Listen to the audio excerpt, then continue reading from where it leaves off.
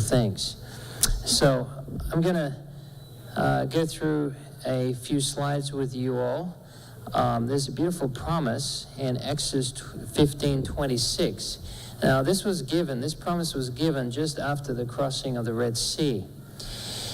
And it says here, if you diligently hear the voice of the Lord your God and do what is right in his sight and give ear to his commandments and keep all his statutes. Now I want you to just think about that word right now, statutes. Does anyone know what statutes is? When you first read that, you think of statues. But it's not statues, it's statutes.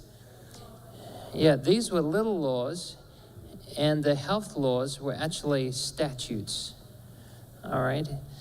I will put none of these diseases upon you which I have brought on the Egyptians, for I am the Lord that heals you.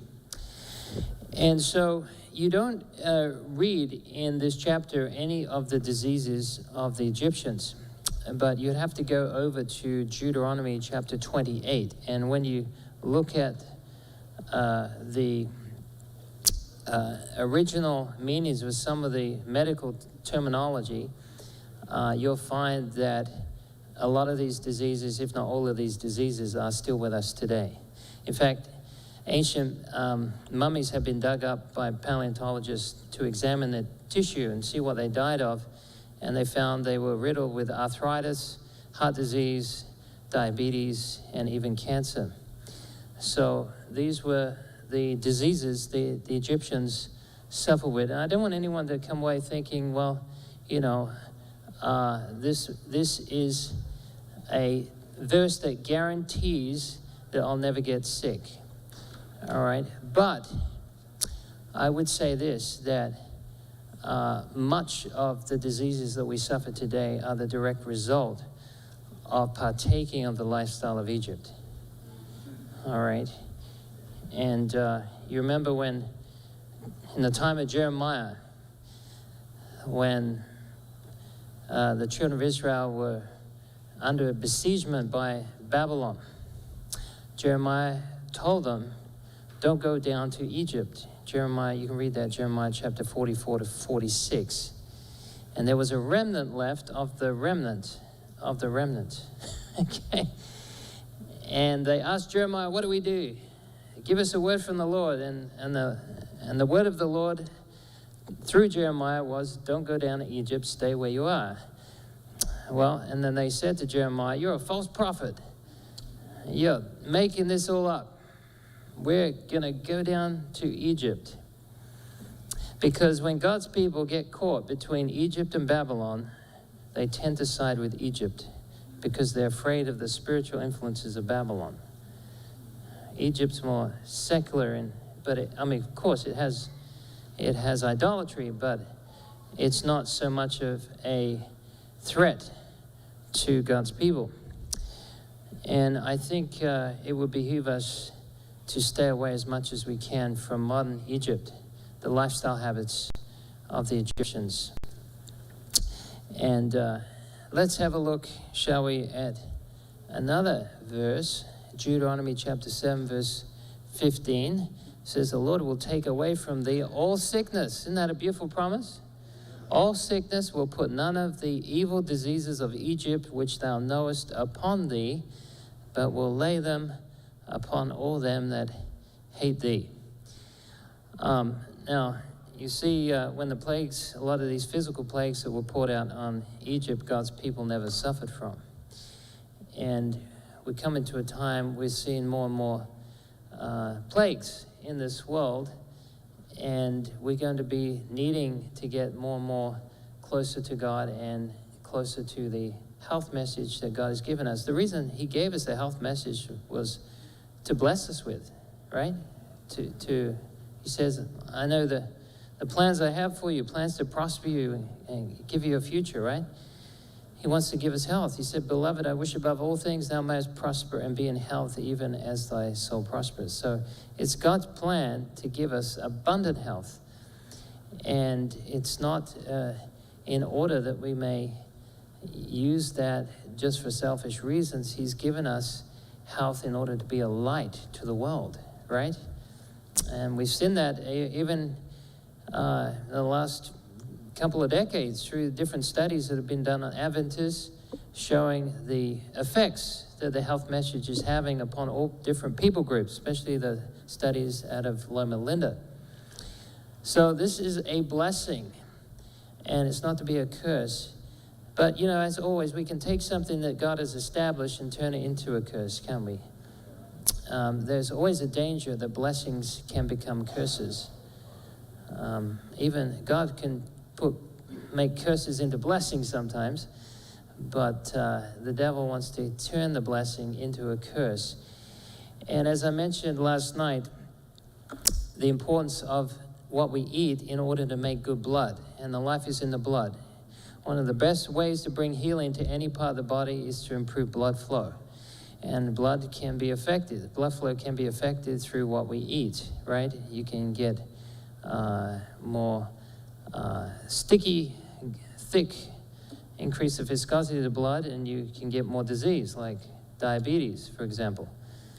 Diabetes is very similar to cardiovascular disease because it's affecting the blood circulation, except diabetes is on a microvascular scale, whereas heart disease is macrovascular. But it's still affecting the same thing. It's affecting the blood flow. And so one of the things that God has given us to help with that is the fruits and the vegetables and the plants. Do you know every food that God has given us to enjoy is anti-inflammatory?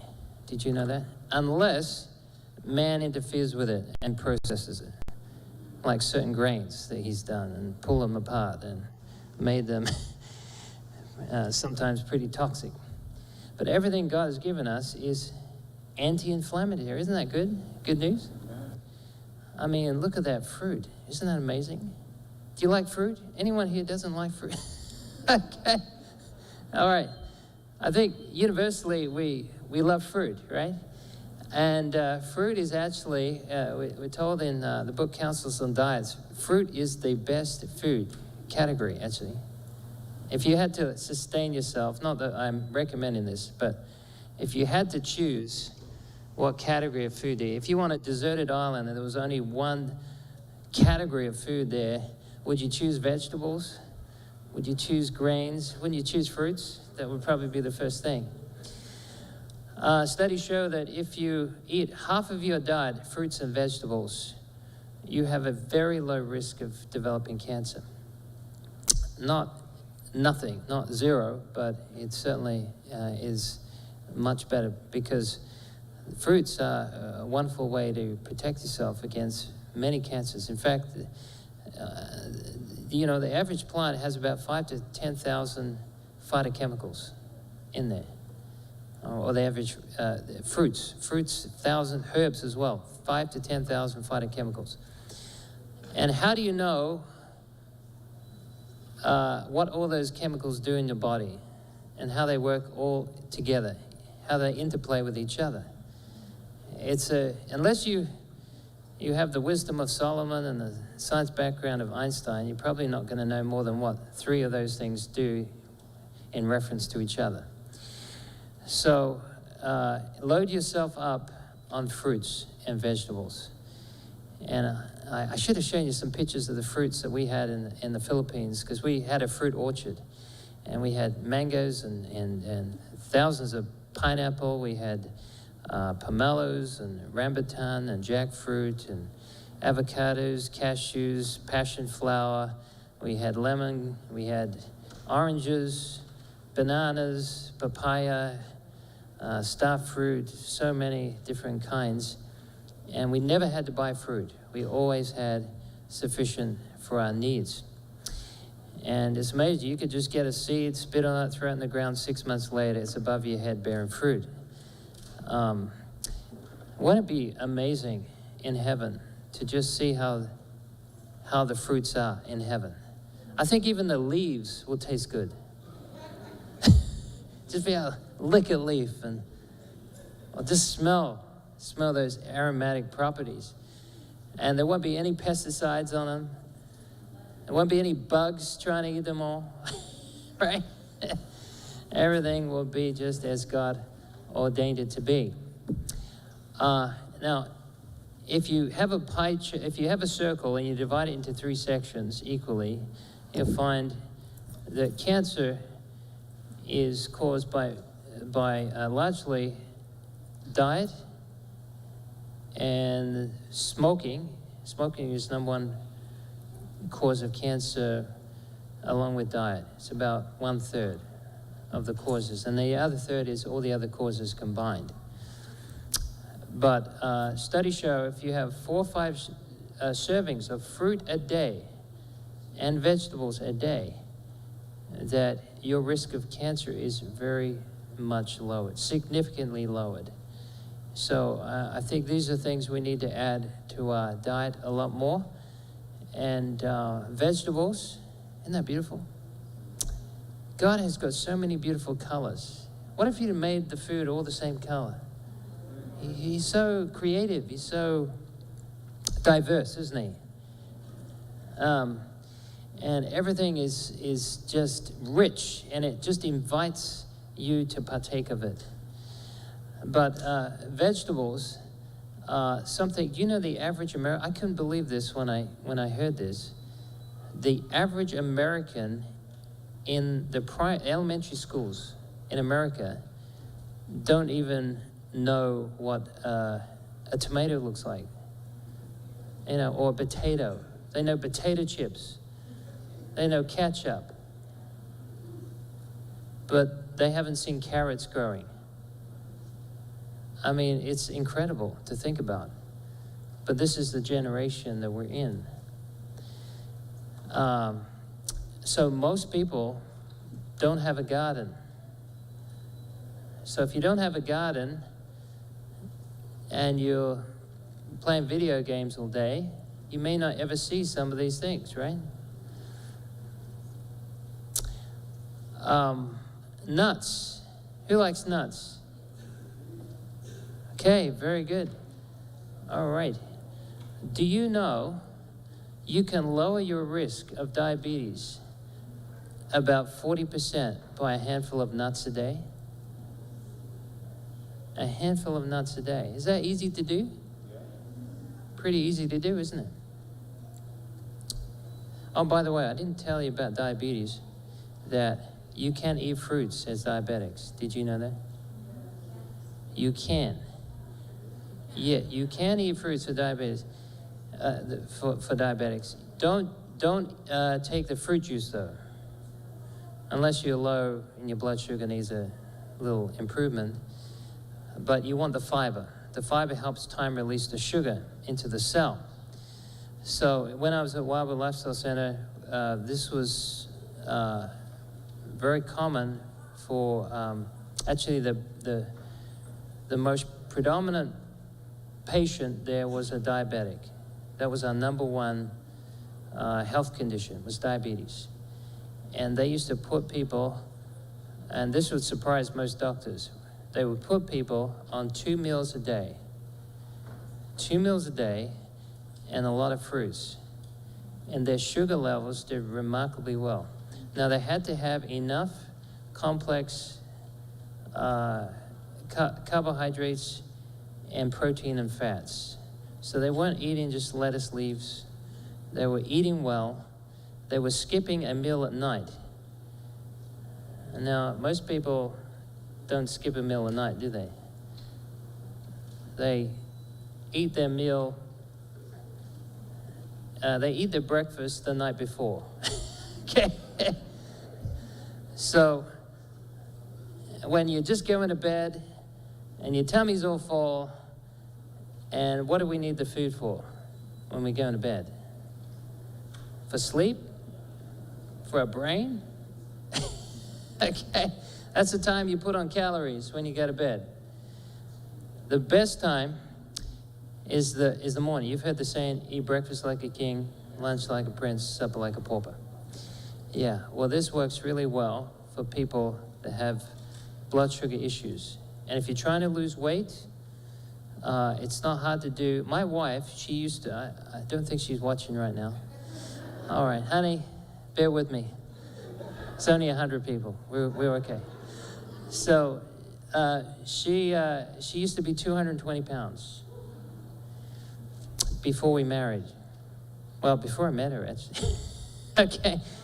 And she changed. All she did was she skipped supper.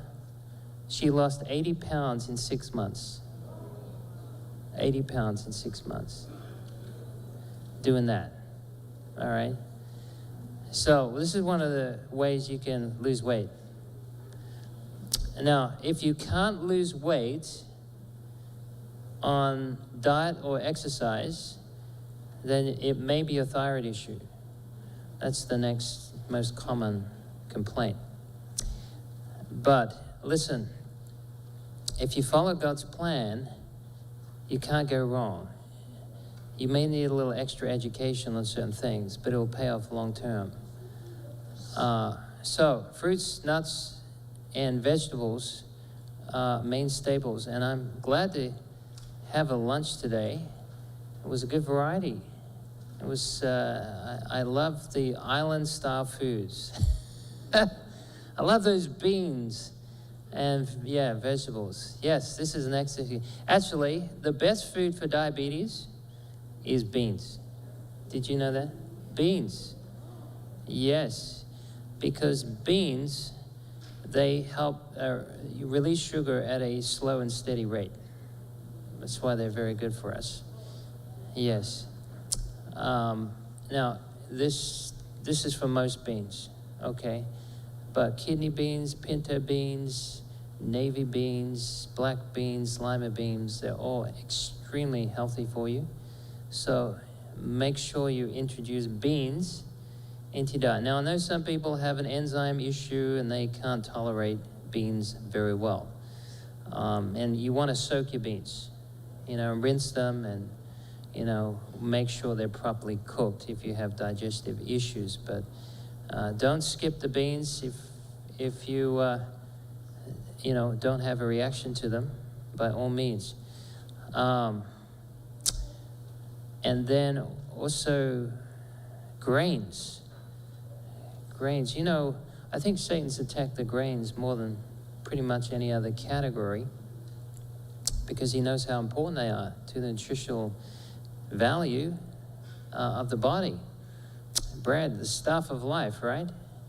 And now it's like the stuff of death, I took my son into the supermarket and I looked both ways before I did this, but I grabbed that big loaf of white bread and I said, John, look at this.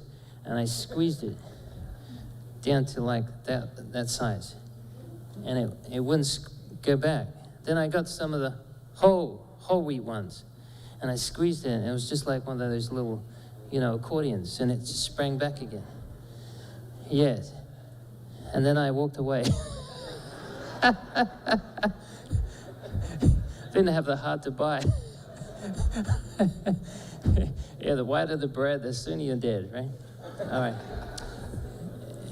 Anyway, so, make sure it's whole grain for whole people, right?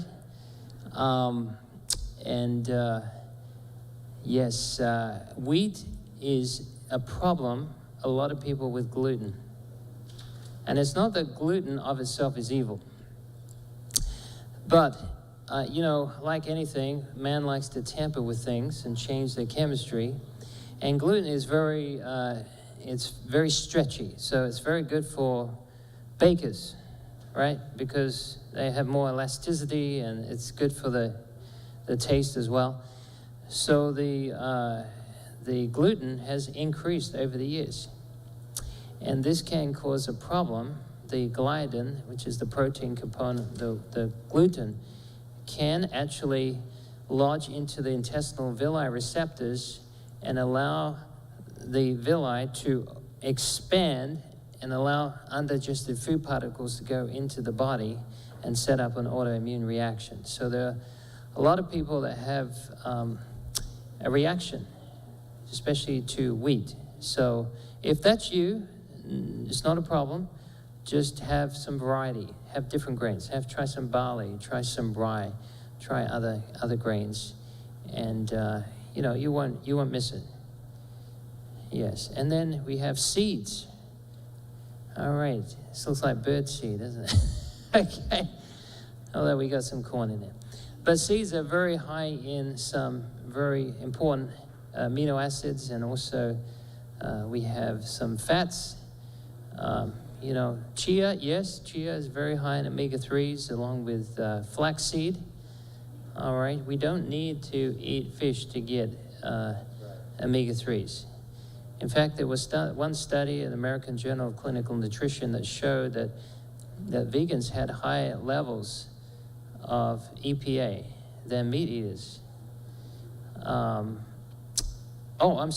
Higher levels than DHEA and lower levels of EPA.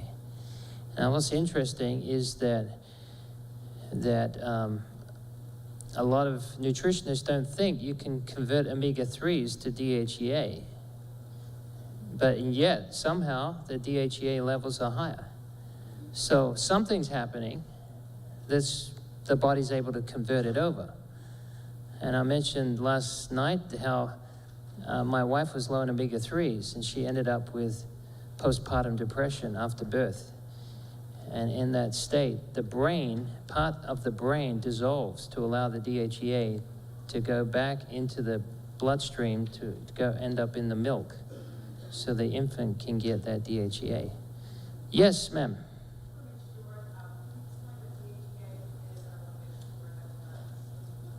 Oh, I'm sorry. So it's a 6-chain long fatty acid. Well, it's longer than 6 chains, but it's a fatty acid that has 6 double bonds to it that is given by the mother's milk. Okay, so it's produced by the mother, and it's essential for the brain development of the child.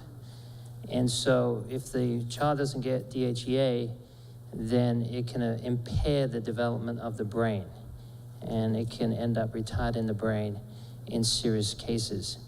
So it was said that you could only get that from certain things like fish oil, but somehow people are getting it. So there's got to be a conversion process there that maybe we still don't have the knowledge base to understand.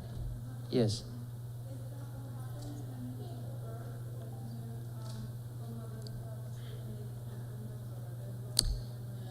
It can, yes, it can, depending on the stress levels. So the stress can also shrink the brain.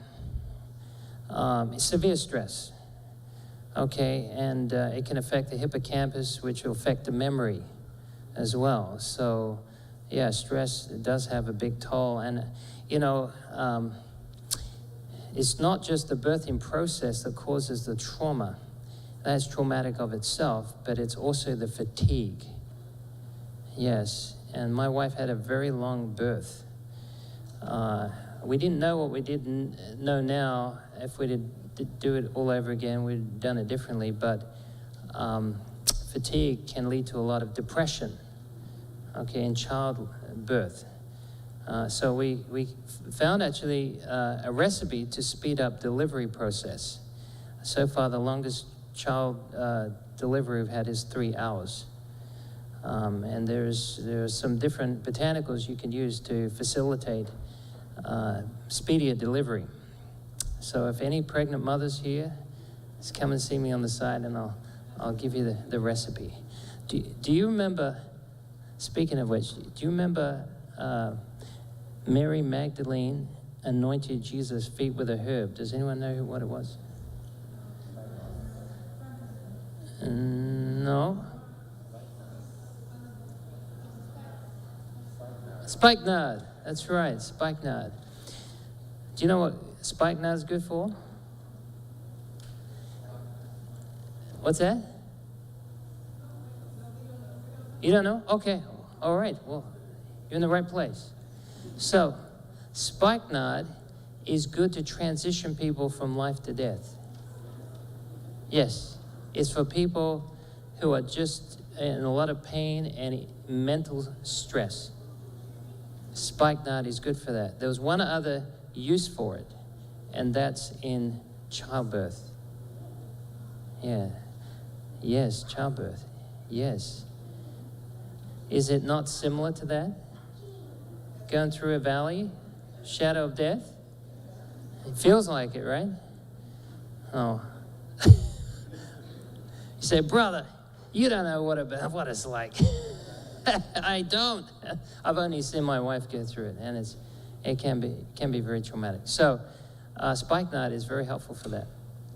What we didn't know is my wife had a broken coccyx. It wasn't picked up, and that affected the birth canal. She fell off a waterfall 50 feet, broke her coccyx years ago. And when it fused back, it was curled up, and that affected the birth canal. So she broke a bone when our son was born, and the second time when we had our second child.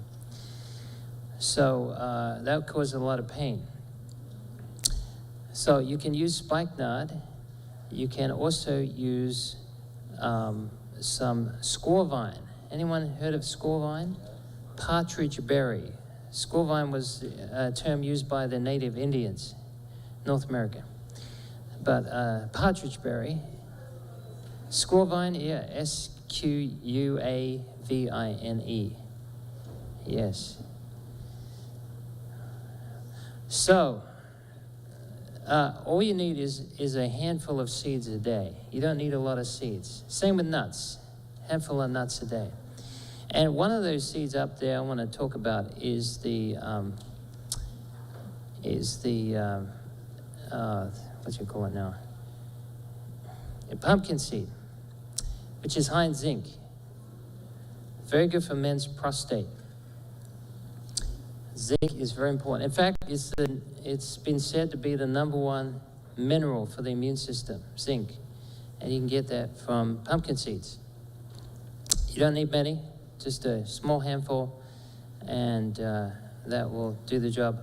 Also, sunflower seeds is another excellent one. Sunflower seeds are very high in calcium, very good for the bones, and also the tahini, you know, you get that tahini from, that little seed, sesame seed. That is one of the highest in calcium, if it's not whole. Yeah, it's one of the superfoods, and very delicious. All right, sesame seeds, and beware of colored corn. Okay, all right. GMO, all right. Okay, genetically modified organisms. Somehow I think that the devil's genetically modified certain things. Have you ever looked at marijuana? All right, everyone's afraid to say. I'm in the wrong place to ask that question. Okay, so. All right, police, come on in. All right, well, thankfully I never was into that, but it's very similar. If you look at marijuana, it's very similar to hemp. I mean, it's chemically identical, except it has very high THC levels, which is tetrahydrocannabinoids, which give you the psychotropic effect of making you high. Yeah, so marijuana has that in, and it's like up to 40% now, some hybrids. Yeah, it's very, very high. And I just think the devil's been in his lab creating some more virulent strains of plants. But be careful, read your labels. Do you guys read your labels? It's really important to read your labels. You'll never know. Some of these labels, they have numbers and codes, and you have no idea what that is, unless you're going to stand there with your cell phone and try to figure it out on the spot. Yes? On hemp. Okay, so hemp is part of the cannabis family. So when we think of cannabis, automatically our minds think of marijuana. But cannabis is a family name. You have varieties under cannabis, and it's usually part of what's called the sativa family, S-A-T-I-V-A. And so hemp is included in that, along with marijuana, along with Avena sativa or oat straw, along with hops as well. There are good herbs that are technically cannabis, but they're non-toxic. It's just a name. It becomes stigmatized with marijuana, but there are many other plants that are safe. There's no psychotropic. In fact, I don't recommend anything. I don't recommend anything that is toxic by nature, that's going to create side effects, that's going to give you a high, and that is addictive in nature. So I just want you to know that you have to do your own due diligence. Okay, not every herb is safe. And how do you know? Just like people, you judge them on their own merits. Okay? Just because they come from a bad family doesn't mean they're bad of themselves, right? Okay, so you have to see the characteristics. What effects do they have? You know, is there good clinical research on that? Have they been used safely over the years with good success? All right, so avoid GMO foods. That's one of the things I would say be careful about, because it creates these intestinal pesticide factories in your gut, and you don't want your stomach producing Roundup, okay? You know what I'm saying? Roundup is not something you want to put in your body, okay? Yes. Not many plants resist Roundup. It's very, very toxic. And corn is one of those. Canola, there's certain, what is it? There's some Hawaiian, no, not Hawaiian. Is it Hawaiian? Yes, it is Hawaiian papayas. so genetically modified. There's also some wheat and just trying to think another main one out there. Soy, that's right. Yes, thank you. Soybeans. Some people have reaction to soy and they think it's a soybean and it's genetically modified. Or another problem is soy isolates. You know what soy isolates are? So when soy has been concentrated, and the protein component in soy is concentrated, so instead of 40%, it's 90%. Yeah, I remember one time a couple of my students in Japan took me out to a tofu restaurant. Everything was tofu. You have a block of tofu, then you have tofu soup, and then you have tofu ice cream and tofu this and that. It was the first time I heard my kidneys yelling at me. Okay. Yes, be careful having too much. And oils is it can be good, can be not so good, right? Depending on the situation. I was just talking to Fabian, where is he? Is he here? We're talking about oils. And there we go. All right, and so what olive oil is good.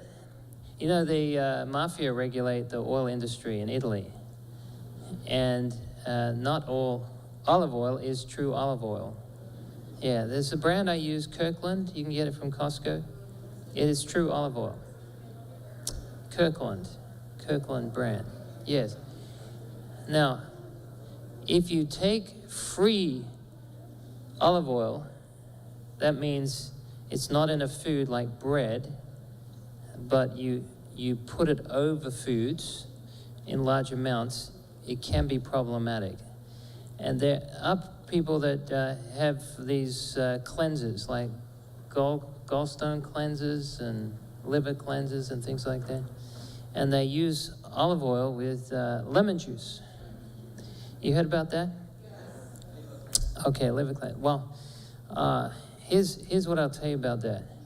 So the way the body deals with oils, it has to emulsify or break down the oil, and it does that by releasing cholesterol. Okay? So I talked to, anyone heard of Agatha Thrash? Agatha Thrash was one of the top pathologists in Alabama. So she did autopsies for the state of Alabama, and she did many, many cases of disease processes, and some of which were gallstones. And she actually would analyze stones that came out of people taking olive oil and lemon juice. And you know what she found? They weren't stones. There were balls of cholesterol. They were self-induced stones. Yes. See, the way the body processes it is by secreting large amounts of cholesterol, and if the cholesterol isn't going anywhere in a hurry, it can solidify and cause these little balls and make you appear that you're cleansing the body, where in fact you're actually contributing to a problem in the body. Now, there's some people that swear it's helped them, and they got rid of some stones. So the only way I can conclude that could happen is if it caused a spasm and dislodged the stone, which is possible. Technically, is possible. Anyone had kidney stones before? Not very nice experience, right? Now, I heard this from women. They're more painful than childbirth. All right? Yes. So, you know there's a medicine for that? Have you heard of Chancropiedra? Chancropiedra. It's commonly called stonebreaker, E-R-A. Yes. C-H-A-N-C-A, Piedra, P-I-E-D-R-A. Now, I've had people use this who are skeptics, and I was a little skeptical myself to begin with, but I found that people were getting results with this. People that had surgeries didn't have to have surgery anymore, and it broke up the calcium oxalate, and they were dissolved. The body just dealt with it. So that's something you can use if you have kidney stones or gallstones, by the way. It will work on either one. Yeah. Do you know? Yes, yes, sir.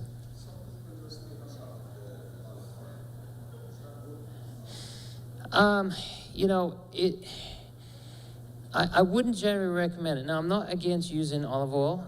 I just want to make that clear, but it's better to use the oil in a food, all right, than it is to use it in a free form, right? But now, it is good for certain conditions like constipation. Like if you had 1 tablespoon of olive oil at night in warm water, you'll be going to the bathroom very quickly the next morning. So there are certain conditions that can help. I'm sorry, the lady sitting next to you is, yes. Yes. Oh, mushrooms. Oh, this is a big one. Okay. All right, so that usually comes up at a nutrition class. What about mushrooms? Some people are worried about mushrooms because they're fungus, and they have a substance called chitin, which is similar to sea crustaceans. Now, there are 3,000 different kinds of mushrooms. There are 700 edible mushrooms, and there are a few dozen medicinal mushrooms, high medicinal value. Now, I personally don't like the taste of mushrooms, but I'm not a big fan of them. We did used to sell reishi mushrooms and shiitake mushrooms. So those are two of the highest in medicinal value, those two mushrooms. Reishi, that's R-E-I-S-H-I, and the other one was shiitake, S-H-I-T-A-K-E, I think it is, shiitake mushrooms. Do you know fruit has chitin in it? So that's the skeletal system of some of the crustaceans, but it doesn't cause a problem. So I can't use that argument against mushrooms, but I would say this, I don't have a problem either way. I think there's nothing in a mushroom that you can't get from somewhere else, put it that way. But there's certain mushrooms that are used for their mineral content for cancer recovery. And one of those is reishi mushroom. Yes. Do you go to the supermarket and often see this at the checkout? Or is this your checkout? Is this your trolley? All right. This isn't God's program here, is it? No. So listen.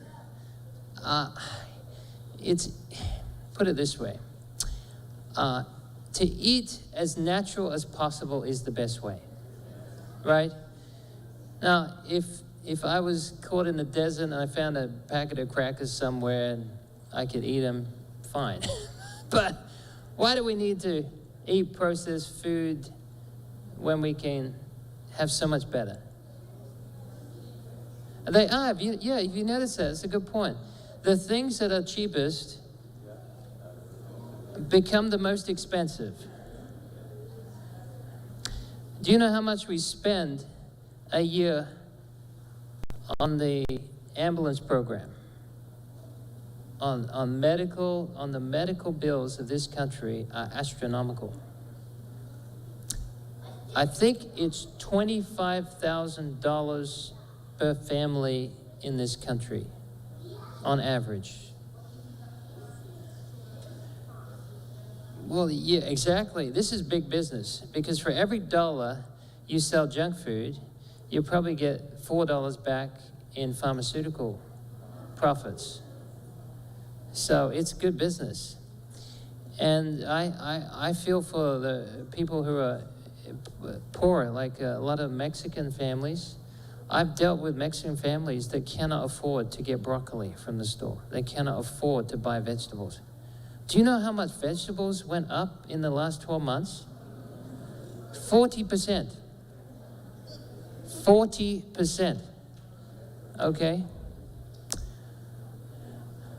I mean, Even fruits as well. I was looking at strawberries, like $6.99 a tub of strawberry. I'm like, what? It wasn't as long ago. I was buying for the $3.50 seemed a lot.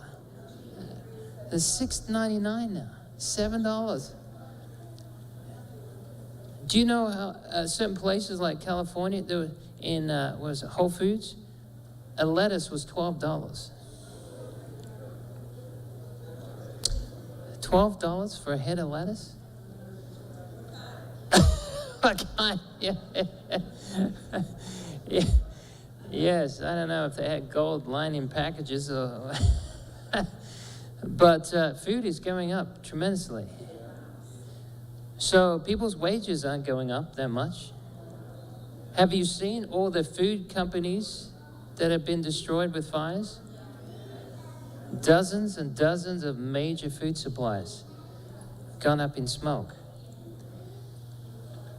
And there's always a lagging effect between that coming on the market, but we're heading for some difficult times.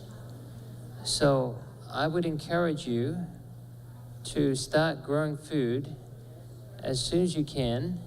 And even if you don't have any ground, you can grow food inside your house. Yeah, you can even get some hydroponic systems where you can grow your own lettuce indoors. Do something. Have some supplies. And this is just common sense. 100 years ago, people would have a year's supply of food on hand. Why was that? They didn't know if they were going to get it. What if their crops fail? What if a famine occurs? They want to protect themselves from disasters. Well, I'm not telling you go out and buy a 12-month supply of food, but just have some on hand. Look, it's going to help you anyway because you're going to pay more for it a year later. So you're better off just getting what you can while you're in a position where your money's worth something. All right, because food prices are not going down. I can tell you that. They're only going to go up more and more, like the electric bill. Have you seen your electric bill? We just had a $450 electric bill. A year ago, it was $250. I thought that was a lot. Now it's $450. Yeah, I had an oil change, $360 for an oil change. I was like, are you kidding me? Oh, we gave you a discount.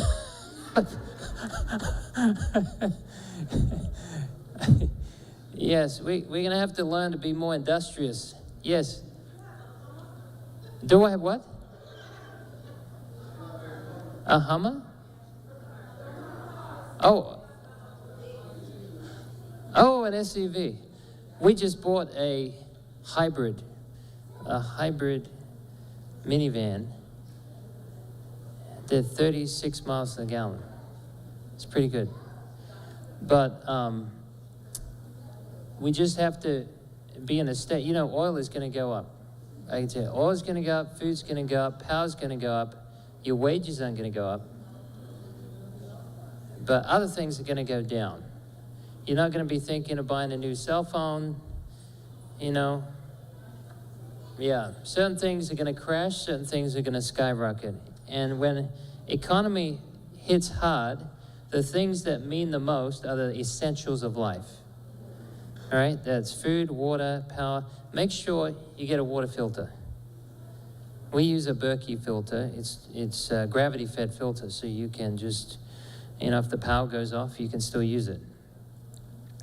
But things are going to get a little tricky in the near future. So get yourself a garden and a sandwich. All right. Okay.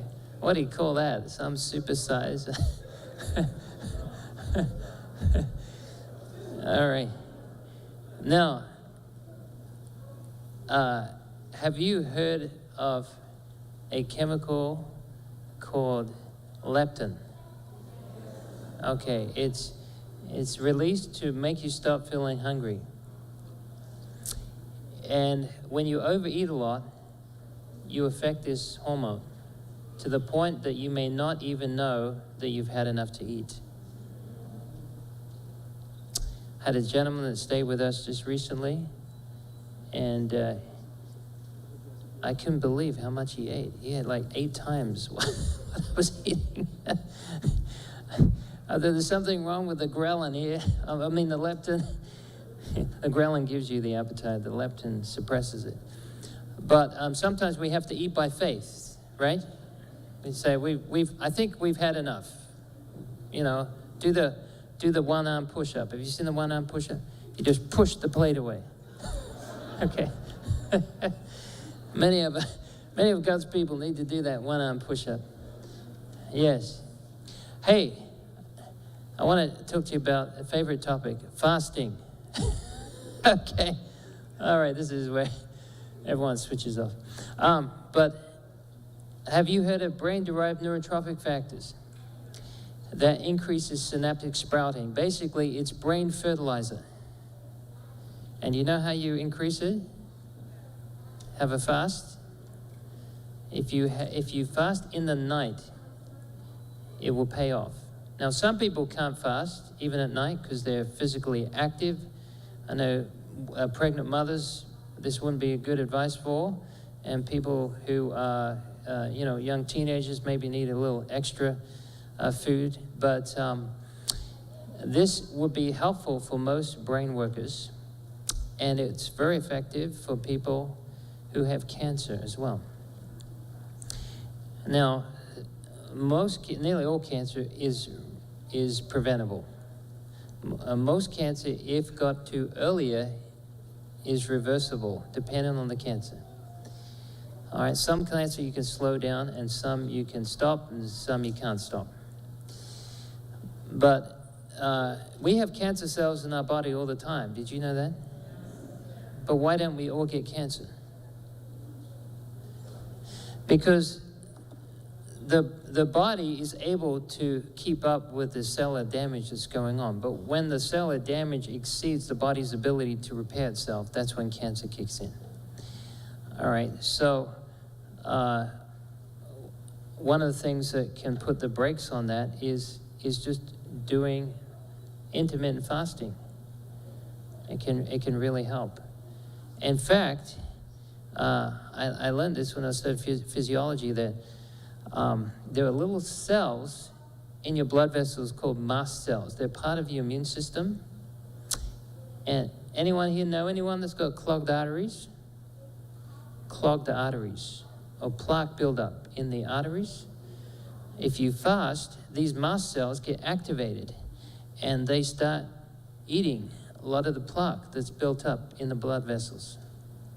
Yeah. We've had people that came to the sanitarium, 90% blocked arteries, major artery to the heart, and start to eat better, exercise, and do some fasting.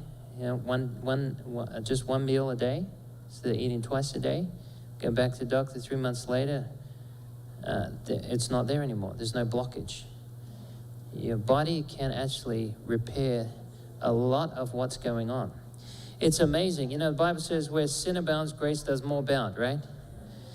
It's the same in the body. It's amazing how we can abuse the body and still it's got such an incredible ability to recover. I mean, you can destroy up to 90% of your liver and it can still recover. Isn't that something? I had a lady not so long ago, she had 85% lung damage. She had a lung condition similar to fibrosis of the lungs, but she was not a smoker. She took a herb called lungwort. Anyone heard of lungwort? Yeah. Okay. The official name is Pulmonary officinalis. And now I just want to make this clear. God is the one that heals. Amen? Doesn't matter what we do, you know, it's Him that gets the glory. She started taking this herb, and she called me back a few weeks later. She had a scan of her lungs, and there was new lung tissue being formed. The doctor was shocked. Lung tissue does not grow back. Okay. Unless God does a miracle.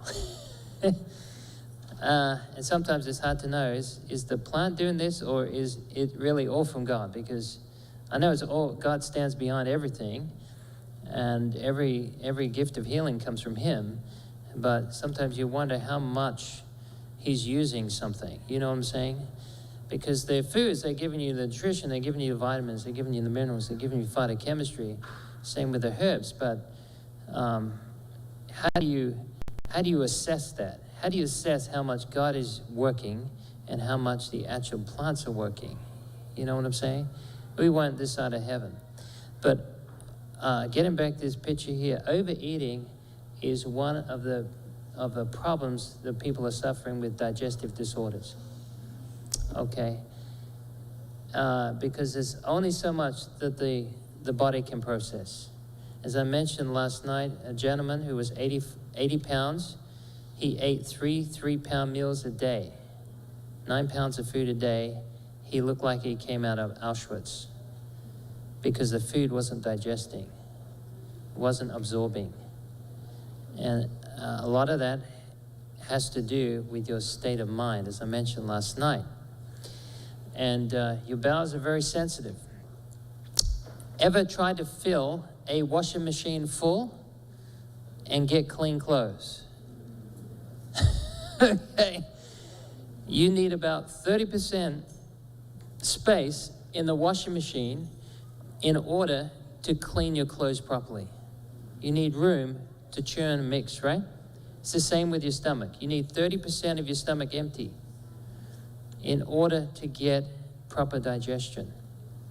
All right, so we shouldn't be eating till we're full. We eat till we're satisfied. Yes, ma'am. Fasting at night, yes. A time to fast? Oh, well, yeah, if you stop eating have your last meal, let's say at 3 o'clock in the afternoon, for example, and then eat the next one at 8 to 9 a.m. in the morning. All right, your liver has about 18 hours of glycogen storage. So unless you have a problem with blood sugar and that type of thing, if you're not super active physically and there's no health conditions prohibiting that, that's very effective. In fact, have you ever met anyone that's 100 years old or more that eats a lot? You won't find it. In fact, that is the most common denominator of people 100 and over. They don't eat a lot. And as we get older, we should eat less. Do you know why?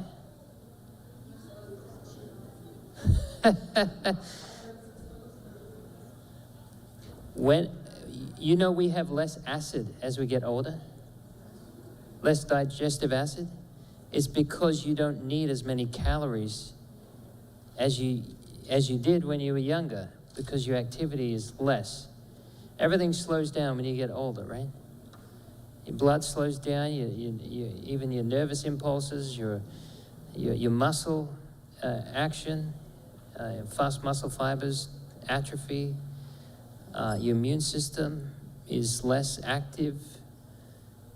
It's amazing. You know, if all of us lived, till like 150, we'd all have Alzheimer's.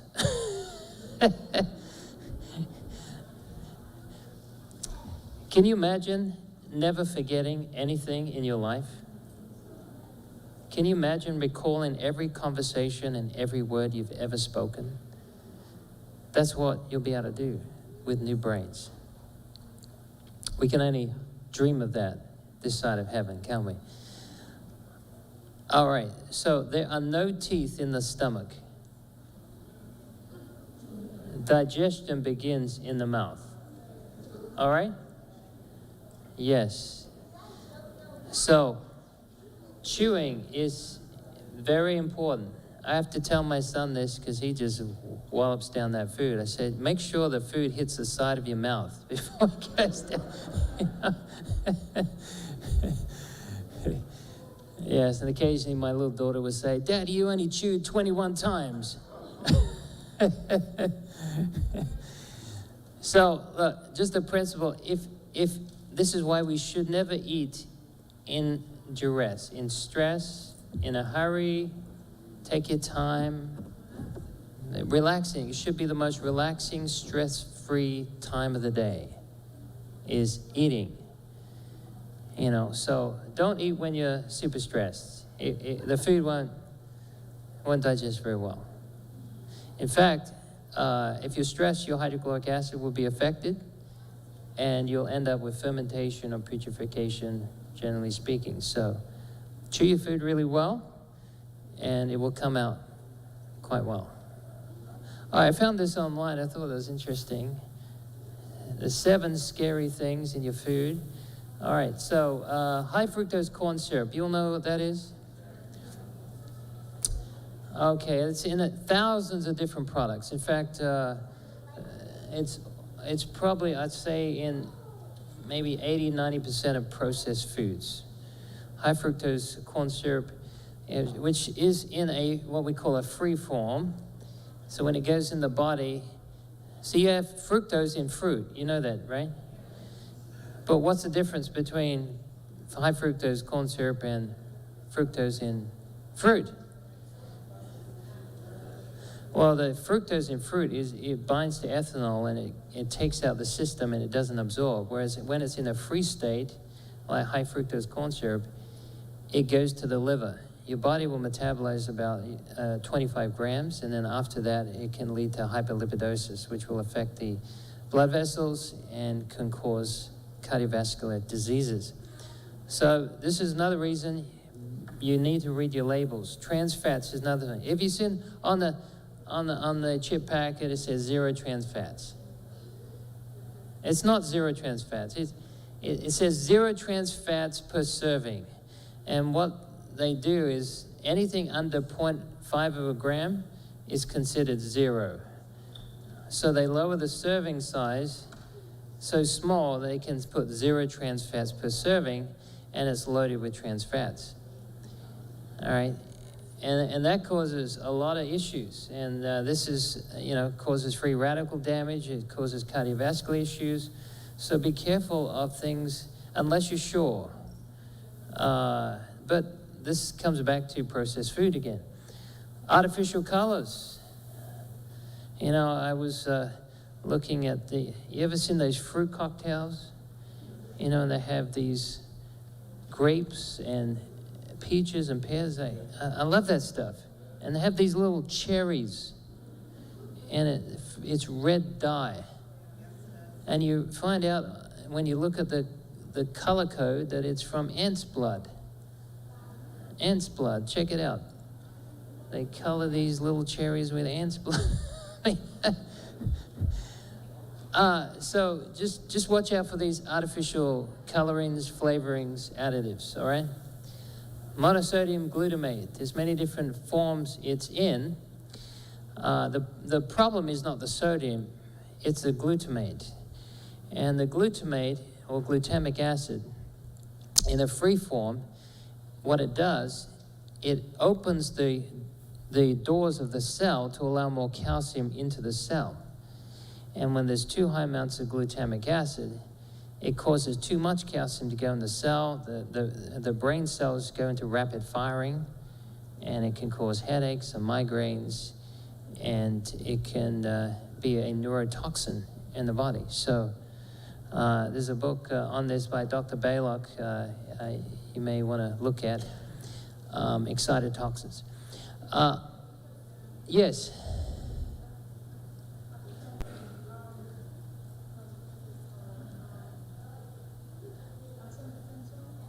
Yes, action potential, yes. Yes, well, you're talking about the transference of properties in through the cell by active transport. Is that what you mean? Yeah, well, what this is affecting the cell doors. So you have these, what we call integral proteins, and they open up, and glutamic acid opens those up, and then it goes into the cell, but there's too much a delay because the door is open too long. Too much calcium, and it causes rapid firing of the neurons. And that can cause neurological issues. And artificial colors, yeah, be careful about that. A lot of, ADD, ADHD. You get kids that seem like they're bouncing off walls. You may want to look at food colorings and dyes and additives and things like that, because that can affect artificial sweeteners like aspartame. You know, aspartame goes in the stomach, forms formaldehyde. Yeah, formaldehyde, not something you want to put in your body. Okay. And there's all these different sweeteners up there. There was a report that came out of pilots that had these artificial sweeteners in their beverages. And there was a report in 1 year, 300 pilots couldn't land their plane properly because of these artificial sweeteners. Now, you can have natural sweeteners. Stevia is good sweetener. We also use some raw unfiltered honey and coconut sugar and different things. And then the preservatives. Tons and tons of preservatives, too many to mention. But these are some you want to look out for, some of the scariest items that you find in the foods. Now, I can believe this, but this is actually a true report, that aborted human fetuses have been found in certain foods. Okay? And Kraft, PepsiCo, and Nestle. You see that? Some of the companies that have been, I think, these are the companies that have been found to use, and it may not be in everything, it's just maybe in selective items, but we do need to be extremely careful as to what we put into our bodies, especially soft drinks. Soft drinks. Be careful of soft drink. Hydrotherapy. I want to mention about this briefly. Hydrotherapy is such a powerful tool. And I brought one of my fermentations here. This is a cotton fermentation. It's made of several yards of cotton. And there's a lady in North Carolina. She does this for a living. She makes these fermentations for different people and lifestyle centers. And these are great to use for all kinds of complaints, especially with pain. You can also use it on the chest if you have things like pneumonia, bronchitis, colds, flu. It helps to lower the pH to about 6.8 of the mucous membranes. That increases lysozyme activity, which helps also destroy bacteria in the lungs. Hydrotherapy has been used since the inception of our church, pretty much, time of John Harvey Kellogg. He was an expert when it came to hydrotherapy, and a hospital started using hydrotherapy, and unfortunately, because of the labor-intensive nature of applying hydrotherapy, it was faded out many years ago. Some hospitals, I think, still have certain aspects of it, but I would encourage you all to get training in hydrotherapy. It is powerful, it is effective, and it is so easy to apply. Just case in point, if you get a headache or migraine, anyone get headaches or migraines? Okay, just put your feet in hot water. Make sure the water is above the ankles. You have temperature receptors in the ankles, cause a vasodilation that will stimulate the circulation and will pull blood from the brain area all the way down to the feet. And often when you get headaches, you've got congestion in the brain, and so you put a cold compress on the back of the head, and then put your feet in hot water, give them some drinking water, and within a few minutes, you'll find your headache has gone away. Same with migraine, although migraine, you're better off using ice for 15 minutes on the back of your head. You just wrap it in a towel, put it on the back of your head, and follow the same procedure. Works very quickly. Have you heard of Adventist coffee? Hot and cold showers. Okay. Contrast showers, yes. 2 minutes hot, 30 seconds cold. And do that, you start with tepid water the first time. Second time, you get a bit cooler. Third time, cooler still. Fourth time, you can put it on complete cold.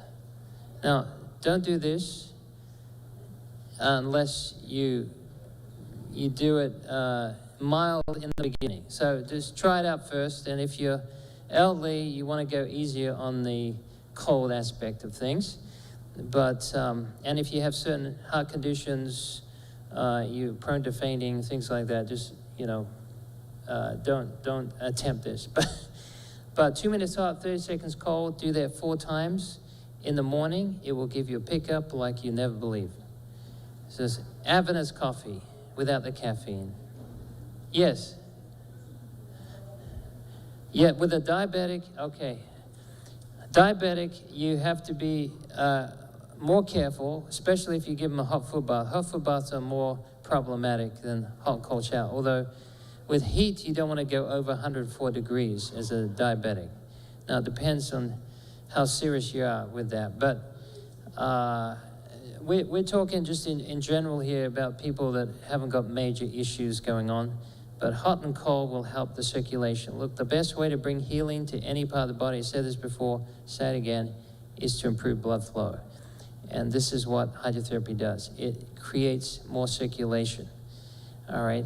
And if you increase circulation, you increase your ability to concentrate, you increase the phagocytes in the body, they're more active, you're able to get more oxygen exchange, you're able to get more waste elimination. It's just a win-win situation. So, yes, Sister Keisha.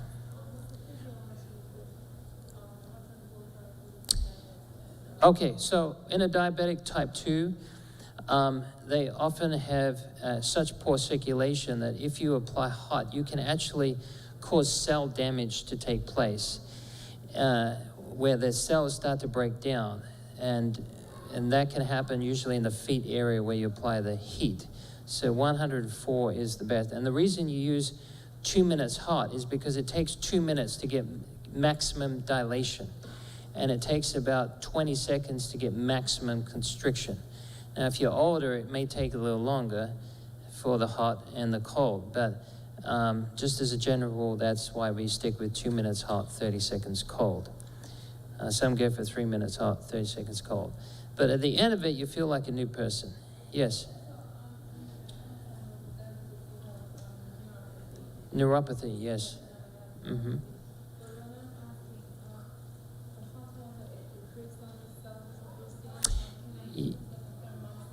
Yeah, you can still use hot water, but just go under 104. Yeah, now, what you can do to improve the circulation in diabetics is you can use a whirlpool where you're actually massaging the area with hot water, but it's not as hot, but it's still creating more circulation because of the movement of the water impacting the lymph tissue, and that's causing more circulation. And that's a great way to, in fact, we've had people who've been gangrene, who've put them in a whirlpool with hot and cold water, and they've recovered very well. But we use the agitation of the water more than the temperature of the water, for heat, that is. Yeah. All right, so let me see. Okay, let's keep going here. Okay, charcoal. You all know about charcoal? Yeah, everyone got charcoal? This is something you want to have in your first aid kit. I'll bring my first aid kit tomorrow. And this is, if I had to take 2 medicines with me, this would be one of them, charcoal. Cayenne, yeah, that'll be the next one. But charcoal is very, very effective for so many conditions. I could talk all day on stories of charcoal helping so many people with inflammation and pain, and helping with toxicity issues. You can apply this internally or externally. There's also another great remedy that's similar to charcoal called clay. All right, we use bentonite clay. You can also use French clay or green clay. Now, clay works better than charcoal externally. charcoal works better than clay internally. So I wouldn't recommend you take clay internally unless there's specific conditions that could help with that, such as diverticulitis is good for that. But clay is very constipating. So is charcoal, but it's more constipating than charcoal. And you have to have copious amounts of water, and you don't do it for long periods of time. Have you ever had a clay pack on your face? All right, so it feels like a vacuum cleaner on your face. In fact, you put it in like an aluminum bowl, it will pull out the aluminum out of the bowl. That's how powerful it is. All right, so some of the best cosmetics in the world, I used to have ladies come in my store and say, what can I do for my skin? They were worried about their wrinkles, but no one's here is worried about that. Tongue in cheek there. But this was really good for wrinkles because it's astringent. It tightens the skin. Yeah, so if you want to improve the quality of your skin, you could take charcoal. It also pulls out properties out of the skin. A lot of toxic buildup. In fact, even bacteria can pull out of the skin. If you use French clay, it gets in the pores better because it's a smaller particle, and that is better for cosmetic issues. But charcoal and clay work extremely well topically as a poultice, and you just make 1 part clay, 3 parts water, make into a paste, 1/4 of an inch thick, put it on a paper towel, and put another paper towel on top, and just wrap it over that area where it's inflamed or swollen, and it works very, very quickly. I would highly recommend you take some clay or charcoal wherever you are as an emergency medicine. And this has saved lives, believe me. When I worked at Wildwood, there was a college camp meeting where they went off. Actually, it wasn't a camp meeting, it was a vacation, camping trip.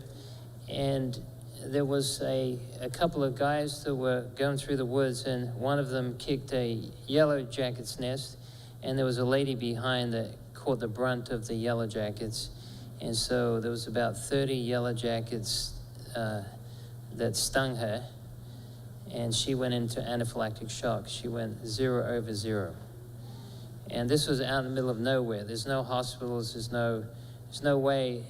She would be dead long before she got to the hospital. So they started using clay, put the clay on top of those bites, and her blood pressure came back to normal within a short period of time. So this is excellent to help if you've taken any poisons internally. You can also, if you've got a wound, you can also use clay for healing the wound.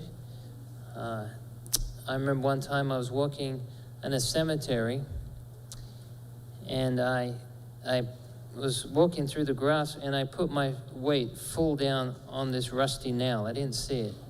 And I just went right through my shoe, and I just felt it going right in my foot.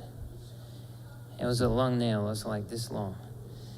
And I thought, oh boy, this is going to be painful. So I pulled it out. I pulled my shoe off and looked at the damage, and I couldn't believe my eyes. There was no penetration. I felt the penetration, and there was no penetration. And on the back of the nail was attached to a piece of wood. And on the piece of wood it said, "Let not your heart be troubled." Yeah. But if something ever happens like that, you can use clay, and you can also use pine pitch. Now, when I was over in the Philippines, we had a doctor that specialized in emergency medicine, and he said, if you had a wound, unless it's life-threatening, where you're losing a lot of blood, just let it bleed a little bit, because that's how the body will get rid of any pathogens in there, anything that shouldn't be in there, and just let it drain a little bit. All right, we're not talking about serious things, we're just talking about mild injuries. So clay and charcoal are the go-to herbs when it comes to using for poultices, all right? Now, I would use charcoal more internally for toxic buildup. In fact, there's been people who are borderline dialysis. They can keep, to a certain degree, they can keep away from having dialysis more often than not if they watch their diet very closely and take charcoal, because the charcoal will actually bind to a lot of the pollutants in the body that haven't been metabolized through the kidneys. Oh, boy, was that it? All right. I thought I had some more there. Have we got any questions? Yes. I'm sorry? How often do you take charcoal? Now, it is said that charcoal can bind to some micronutrients. Some of the contraindications of charcoal are taken with medication. It will, if you're on some, medication that's stabilizing you for some critical situation, then don't take charcoal at the same time, because it will actually chemically bind with that medication, make it of none effect. So as far as taking it, it depends. I wouldn't take it more than probably a week, but it depends what I'm taking it for. Usually most of the time it's just on a daily basis, and that's it. But if there's a lot of toxicity that's built up, you may want to take it over a week, but it can be constipating, so you've got to keep an eye on that. And if you go to the doctor, yes. Just quickly, I'm sorry to yes. interject here. We're looking for, Sister Candace is leaving. Sorry about the interruption. And she is looking, has anybody seen a black women's winter jacket? It has gold, I guess, buttons and hardware and stuff. Anybody seen it? Uh-huh. We're looking for that. Okay. All right. If you see it, please turn it into me or Sister Candace or someone, or look around you and see if you can see if you can see it around you. Thank you. Okay, thank you. Yes, so I wouldn't take charcoal more than a few days at a time. Yeah. Now, if you take coconut charcoal, you can take less of it. Coconut charcoal is 10 times better than standard charcoal. Okay, the reason for that is because it's a smaller particle. So you remember when Fukushima happened? And Fukushima happened, and the radiation went into people's water supply in Japan. And the government was buying all they can get of coconut charcoal. Yeah, so it's very good at binding with toxins in the body. And activated charcoal filters for water are one of the best ones to get. Brother Fabian.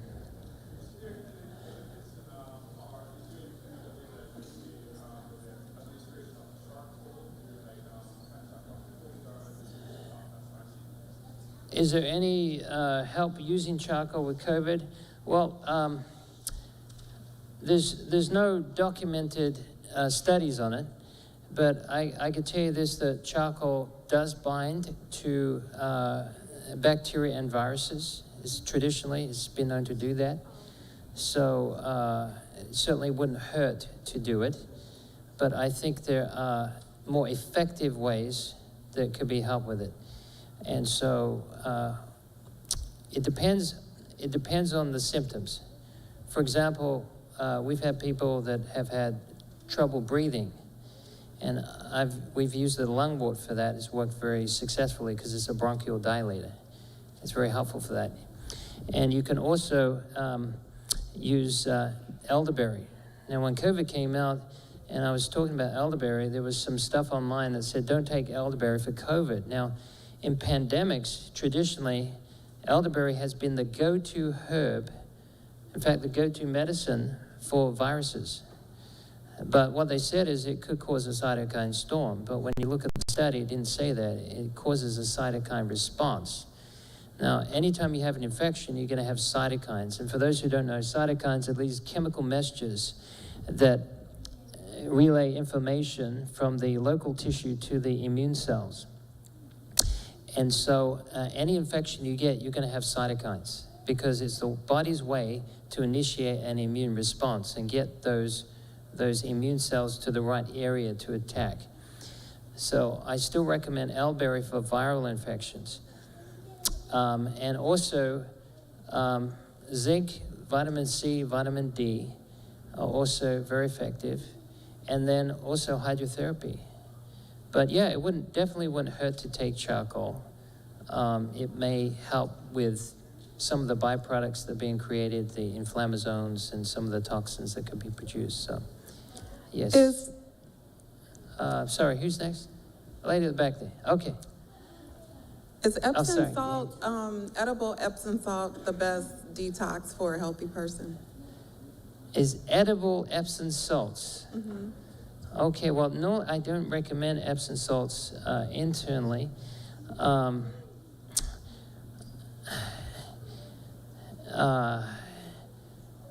So what was that last part again? Epsom salts for detox. Yeah, so, okay, whenever I hear the word detox, I always have to ask another question. What kind of detox do you mean? So, because there's all kinds of different detox. Is it liver detox? Is it, just constipation issues? Is it heavy metal detox? Is it blood toxicity? What?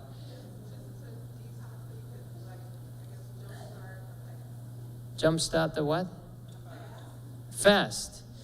Yeah, I don't think you need Epsom salts to do that. I mean, why people take them is because of the minerals, right? So you can get minerals, outside of that, that would be just as effective, right? Like, for example, if you took minerals from a herb, I would think that would be much more beneficial than through Epsom salts. Because the Epsom salts is limited in the amount of electrolytes it's given you, and it can be abrasive on the digestive tract, especially the bowel, and it can cause problems with elimination. In fact, for some people, it can cause drastic, rapid evacuation where their bowels explode. Ew. I mean, not literally explode, but you get the picture. We just had lunch, so I won't get into details. Yes, ma'am. You said that coconut charcoal is 10 times better than the standard charcoal. Yes. And you said that it's very good for what? Binding something in the body. What coconut charcoal is good for, it's good for, everything that activated charcoal is good for, it's good for, except you don't need to take as much of it, right? So it's good for inflammation, it's good for toxins in the body that can bind even microbes, because it has a negative charge. A lot of our toxins are positively charged, even bacteria are positively charged, usually that are harmful to the body. It's very good for swelling. It's very good for if you've got diarrhea. It's good for that. It's also good for helping with drawing toxins out of the skin, like insect bites, snake bites, all kinds of things. If you take poison inadvertently in hospitals, they give it to people who've swallowed poisons. So many things it's good for. Is there any other follow-up question? And she was saying with the Epsom salt, my grandmother used to say she would make you, if you had a injury, Yeah. like it's black and blue and all that, she would make you take a bath. It's so Oh, yes, it's very good. Look, I don't want to knock Epsom salts. It's got a lot of valuable properties in it. I'd rather use it for soaking in You draw the soil than drinking it in. Yeah, because it's got a lot of good electrolytes, magnesium, for example, that can relax the muscle tissue, can help you. Yes, ma'am. I had a quick question. If you could go back to the liver cleanse where you're doing the Yeah. lemon and olive oil. And you Uh-huh. said that a lot of cholesterol came out. The clumps were cholesterol. Was that the good and the bad, the LDL and HDL? Is that what the problem is? Yeah, well, just to explain about good and bad, I always think they're all good. It's just the amount, right? So we call the bad Right. the LDL and the good the HDL. They were both. Or really, we should call the color the good and bad. For example, what the body makes is white. What we eat is gray. It's oxidized cholesterol. That's the damaging cholesterol. So the HDL is only called good because it escorts the LDL back to the liver for reprocessing. But the truth is we need LDL. We need it for hormones, we need it for cell membranes, we need it for digestion, emulsification of fats. Yes, so if you have too much oil, fat requires emulsification. So the way the body does that is through cholesterol. So the liver produces the cholesterol, gallbladder stores cholesterol, and then if you get too much too soon, then you can end up causing an excess amount of cholesterol, which could solidify and cause these little balls, cholesterol balls to form. Yeah.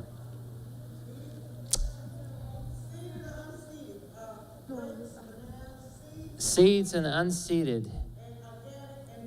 Okay, all right. Oh, that's all right, I'll try to keep this short and sweet. All right, so anything with a seed can be reproduced. Sorry, did I? Yes, if you got a seed, you can reproduce it, right? Mm-hmm. So a grape, okay, if you take a cutting from a hybridized grapevine, you can't reproduce that. But if you get the seed, you can plant it, you can grow it, right? Okay, so not all hybrids are evil. I mean, I'm a hybrid, you know, from my parents.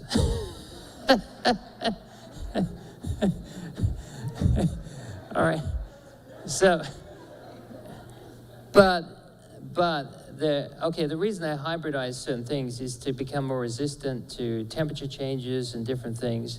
And I think to a certain degree that's okay, but there is a danger when you hybridize things that you can make it nutritionally less effective, and you can also get to the point where you're dependent. If people hold the seeds and you don't have the seeds, you know, then that's a problem, right?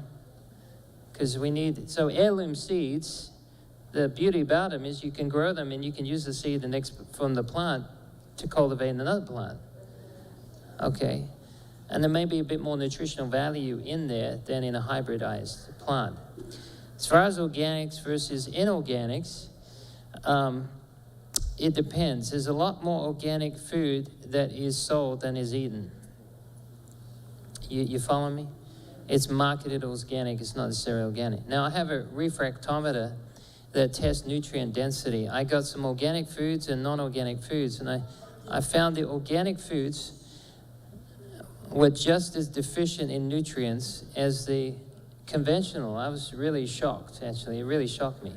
Going back to the cholesterol, okay. the oil breakdown, what's the name of the thing you said they used to break the particles? Chanca piedra. Chanca piedra was the herb. Can you please spell it again? Yeah, CHANCAPIEDRA. Yeah, for kidney stones and gallstones. Yeah. So to finish up with your question, answer your question, we generally buy organic food much of the time. There is more of a problem with certain foods for pesticides. Okay, for example, strawberries are the most sprayed fruit of any fruit. So we never buy inorganic strawberries. They have what's called the dirty dozen.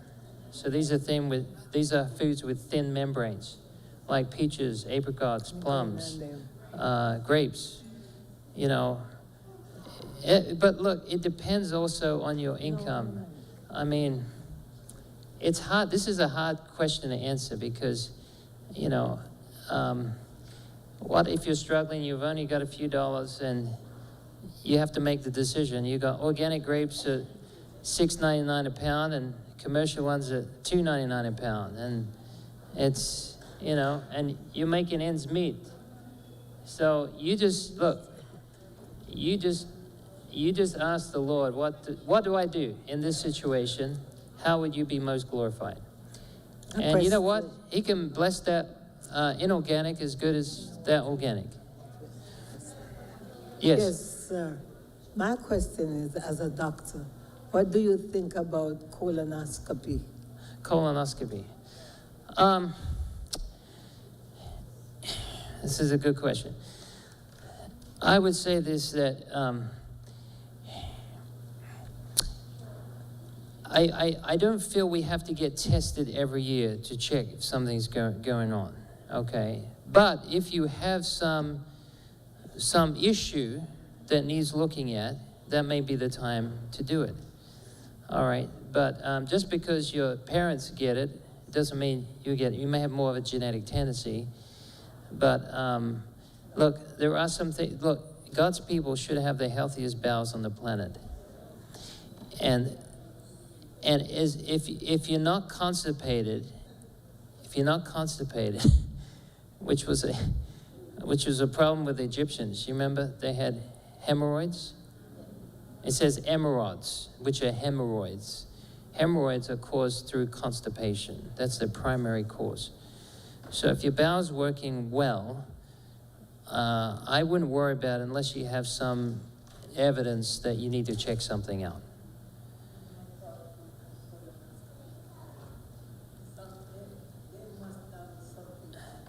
There's always a possibility. As you get older, your membrane gets thinner in your bowel.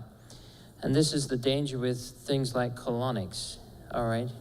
I was speaking one time on colonics. I had this colonic therapist with me. She said, yeah, what you're telling me is what happened. I've seen perforated bowels. Plus, you're putting a large volume of fluid the wrong way. It's heading in the wrong direction. You have 6 valves in your GI tract, one of which is the ileocecal valve, and it goes it's a one-way door, opens one way. You put too much pressure, it goes back the other way, and it can cause dysbiosis. So your bowels need to be, now they don't need to be squeaky clean. You understand? They don't need to, you don't want them to be obstructed, but they're not to be squeaky clean, okay?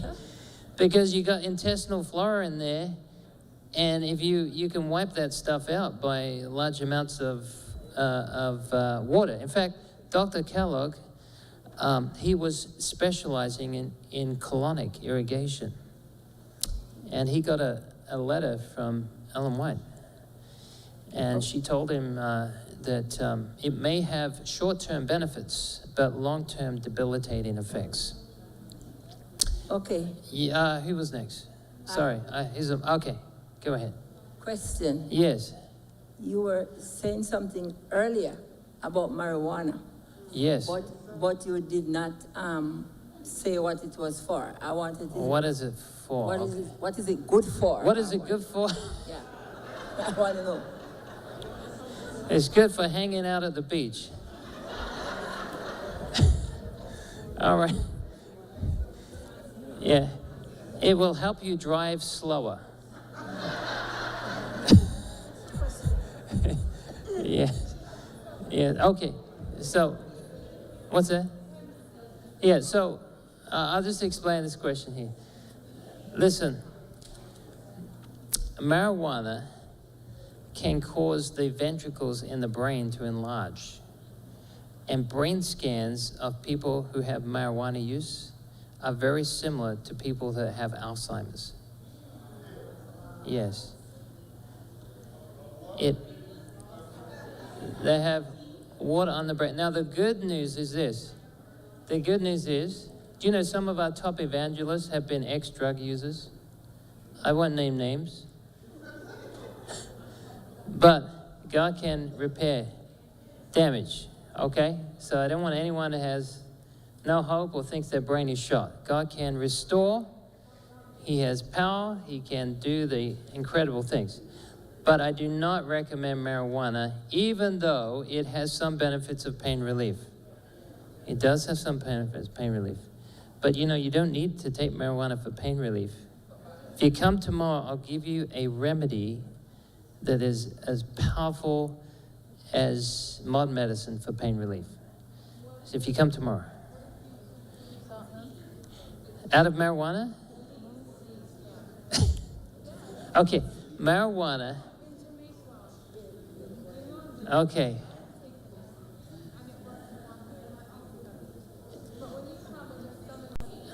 Yeah, yes. Okay, wait. Okay.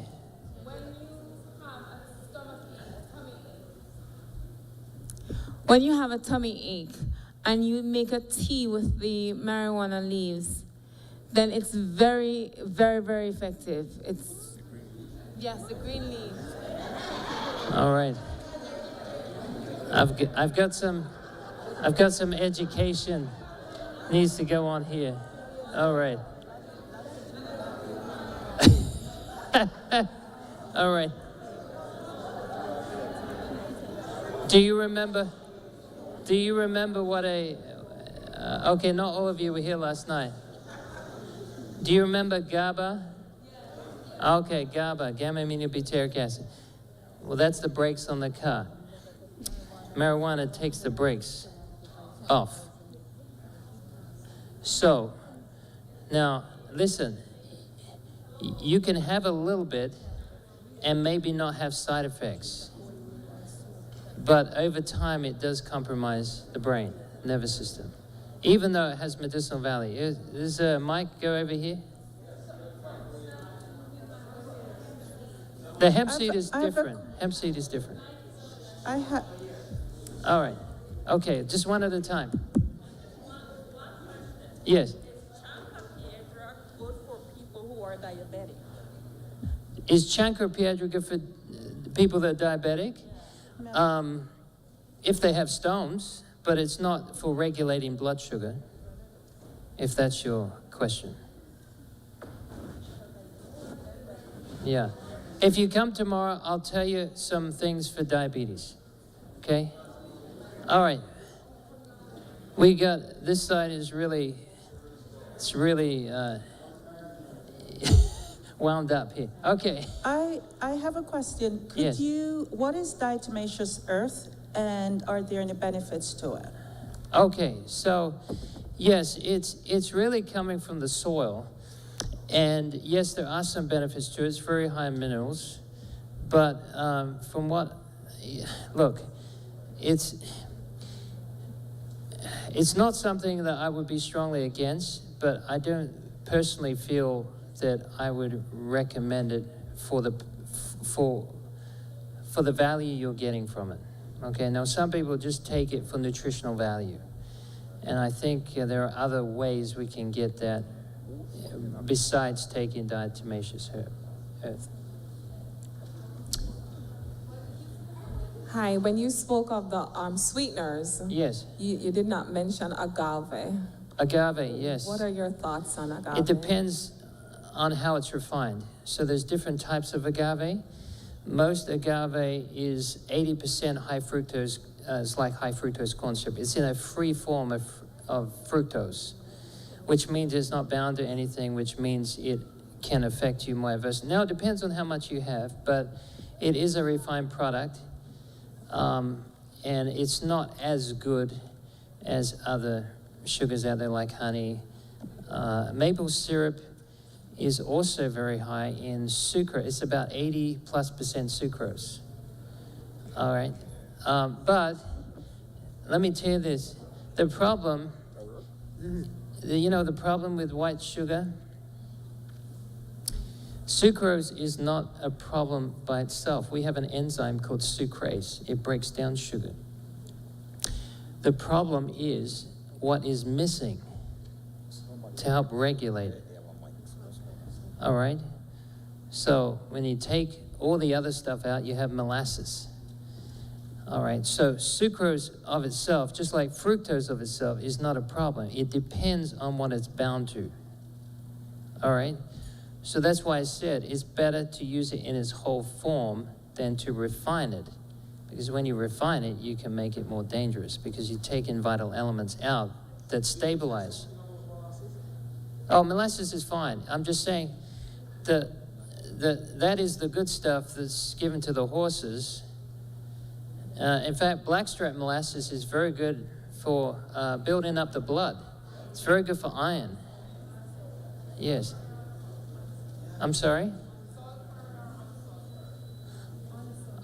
With the molasses, you mean?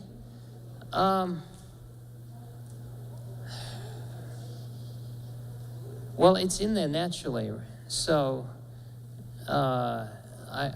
if it's only taken the sugar out, then it's fine. It depends what sulfur's bound to, or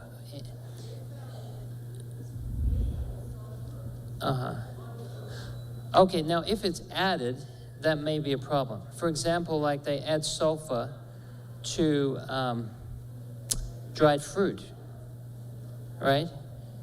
If I take sulfured fruits, my respiratory system affects, I start wheezing. Yeah, so if it's sulfur, though, that's in its natural setting, it's not a problem. But if you add it, then that becomes a problem. Yeah. DSMO is fine. Yeah. All right, let's follow the mic. Okay. All right. Good Okay. evening. Good evening. Afternoon, everybody. Hi, I'm Dr. Willard. I wanted to hear some more about sprouting neurons. Sprouting what? Neurons. Neurons. Yes. Oh, okay. All right, sprouting neurons. So there's a chemical called brain-derived neurotrophic factors, and this is produced in the body largely from what's called isoflavins, which is an antioxidant.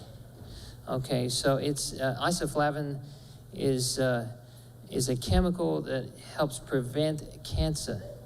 All right, you'll find this in red clover, for example. You'll find it also, I think there's a certain amount of it in soybeans as well. But in the brain, it's converted to brain-derived neurotrophic factors. Now, fasting will also increase brain-derived neurotrophic factors, all right? In fact, if you take out 30% of what you eat, you'll increase brain-derived neurotrophic factors, which is just one meal. So this is like brain fertilizer. So what it does, it causes the production of extra dendrites in the brain, and it creates more neurological connections. So it's fertilizer for the brain. That's what it is. And the best way to get it is fasting, and also red clover is probably the #1 herb I know for isoflavins.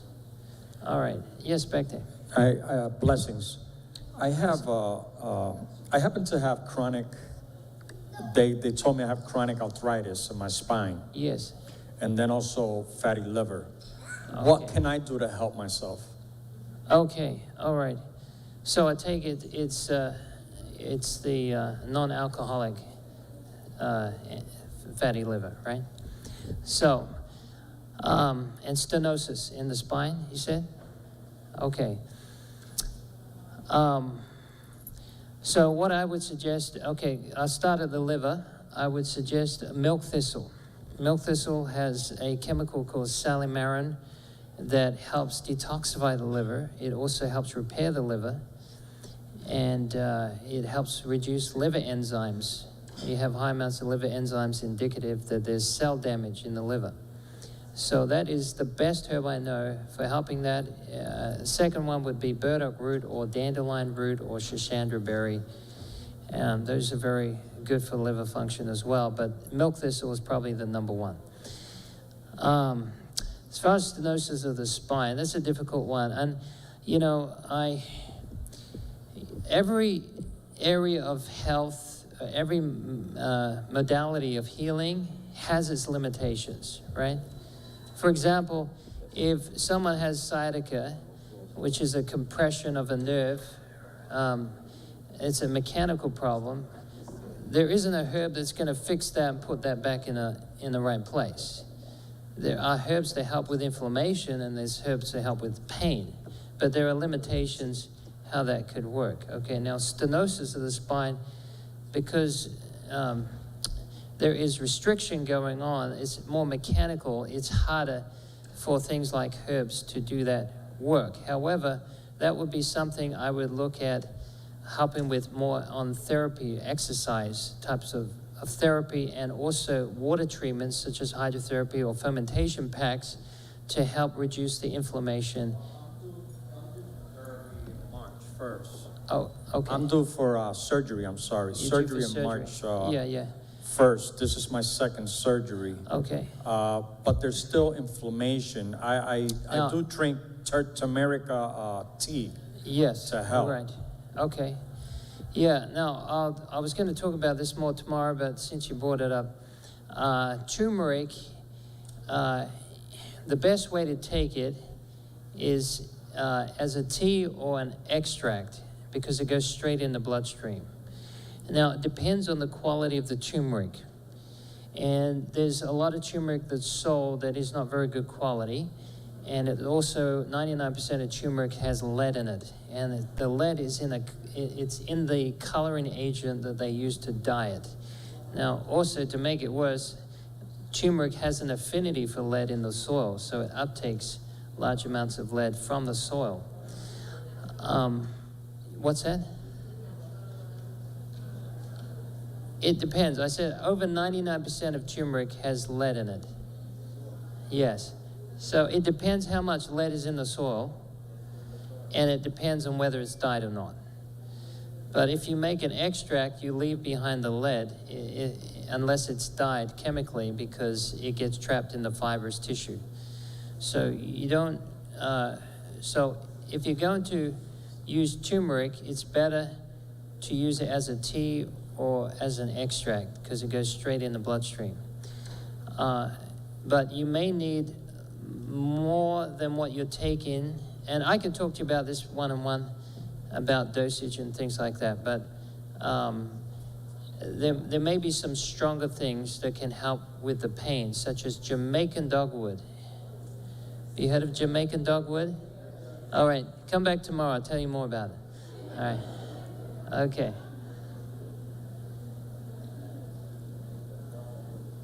All right, we'll take a couple more questions and we'll wrap up. All right, so I don't know who's got the mic. Oh, it's right here, brother. Okay. You mentioned earlier about constipation. Constipation, yes. And then you said something about olive oil. Yes. What else was the second? Well, it's just 1 tablespoon of olive oil in warm water at night. I wouldn't use it on a regular basis, but just for one odd event. It will help move those bowels very quickly. Now, there's some other things that can be helpful. Mucilaginous herbs are good for constipation. Those are things that are jelly-like, okay, such as aloe vera, slippery elm, marshmallow root, licorice root, things like that that can help facilitate. There's a herb called cascara root, and that is it's a very strong purgative. You don't want to take too much of it, but that can help with like obstructed constipation that can't be moved by gentle means, put it that way. Yes, there's a question here. We'll make you the last one over there, sister. Yes. Oh, sorry. For how often should women get mammogram? Because my doctor recommended it every year for me. All right, listen, you take it to your doctor, Jesus. Look, I'm not here to specify how, look, I just look at it this way, because my wife asked me the same question, you know. Anytime you put yourself in front of a machine that is radiating you, it can cause cancer, right? You know, I was at the airport yesterday, I have these big scanners, and so I said, can you do a pat down instead? Because I don't want to get radiated through those machines. Anyway, they were very gracious to do that for me, but I couldn't imagine, going through that on a regular basis. So the reason they want you to do it so they can detect cancer early on, so that then they put you in the program of surgery, radiation, and chemotherapy, right? So if you want to go that route and you're worried about it, you got a history of it, and that's your preferred choice, then maybe you want to follow through with that. But, my philosophy is, why increase your risk through detection. Look, I've seen a lot of people had biopsies. Now, some of these things may be good for certain people in certain conditions. So I don't want anyone to come away thinking I'm advocating totally against this for all kinds of conditions. But when you put a needle into tissue that is already cancerous, you have a very high risk of some of those cancer cells coming out. And I've seen on multiple occasions. Now, it could be coincidence, but I've seen too many cases where people have had biopsies and then all of a sudden they're diagnosed with cancer after it. So, you know, everyone's different, and if you're afraid of something, you know, sometimes people come to me and they ask me, what do I do? Shall I take chemo? Shall I take herbs? And I do not want to stand in the place of God for people. So what I say to people is, you go where your peace lies. Because God has got a peace. He leads us in paths of peace. And I'm not against certain medical things. You know, I've had recently my spine aligned. I've had times where my son swallowed a quarter and I had to get a scan. I've had times where my wife had to get a blood transfusion. There are times to get surgery. I'm not against that. We've gone to the ER at times for emergency situations. When my daughter was younger, she had a nursemaid's elbow. Have you seen nursemaid's elbow? Yeah, your tendon that wraps around your elbow goes limp, and so they can't move it, and it's a lot of pain. And I was with the doctor, and she was YouTubing it to figure out how to put it back. So the next time I did it, she got 6 attempts. I got 2, and then I got 1. So I was getting better. But so these are things that you need to take to the Lord, because I don't want to be, you know, I mean, there's no guarantee on either side of the equation. What we're doing is a calculated risk assessment, right? If I do it this way, what are my chances of recovery? If I do it this way, how is that going to work out? So, you know, for certain people who have, say, third stage breast cancer, I'm more concerned, because what if it becomes metastatic? Because it's not a very long time before third goes to fourth. When it's metastatic, it's very hard to turn around, even with a good lifestyle. So often I suggest surgery, you know, as a better way to go temporarily while you've got more time in order to get on a good lifestyle. So that's just my approach. First thing, do no harm. Do a risk assessment. Is it going to be better off, you know? And then pray, you, your family, whoever's involved. And I support people no matter what decision they make, because I want them to know I'm there for them, and I value their decision. You know, they're the ones that have to decide on their health. I'm just here to facilitate whatever they want to do. So, but I would say this, just to be more specific, there is always a greater risk the more times you get an x-ray, that it can increase the likelihood of breast cancer. Oh, hang on a sec. There was a lady back here first. Can we just go to her first, and then I'll come back to you? Is that all right? All right. Okay, but you're the last one. I said, are you going to ask it first? Okay, you pass it to her, and then she'll go. Okay, so you can go. You go ahead, and she'll go next. Yeah. Do you think stress causes more cancer than anything else? Stress? Look, cancer, stress is the #1 killer. Because even when I said about food causing 1/3 of all cancer, it's really a response to the stress. This is why we often eat what we eat, because we're stressed, we're looking for comfort, we're looking for feeding that anxiety, for dulling that pain, for, you know, engorging our appetite. It's often a stress response. So I would say, from my background, 90% of conditions that I see today are stress-induced. Yeah, all right. Last one, and if you have any more questions, come and see me. I'll be hanging around. Yes, ma'am. I can always come and see you too, but you spoke about kidney stones. So I'm a sufferer of kidney stones. In 2013, I had the stones removed and they came back, but I'm a workaholic and that is not good, so I'm the first to say it's not good.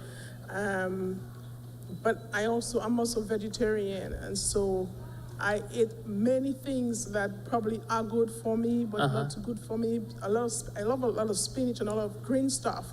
The doctors didn't tell me, but then I found out on my own that it also helps to do all of these things. So, and as a result of that, I had a lot of UTIs. It was a result of kidney stones. Right. And I would bleed and all of these things. Yes. I'd always went up in the hospital a couple of times too. Right. So, you mentioned that I was told that I should be doing, but to blast it, try something, they call it, to blast the kidney stones. Oh, yes. Yes, they well, it's a high frequency, lipo, I forget the name of it. Yeah, lithotripsy. Lithotripsy, yeah. And so I am not too,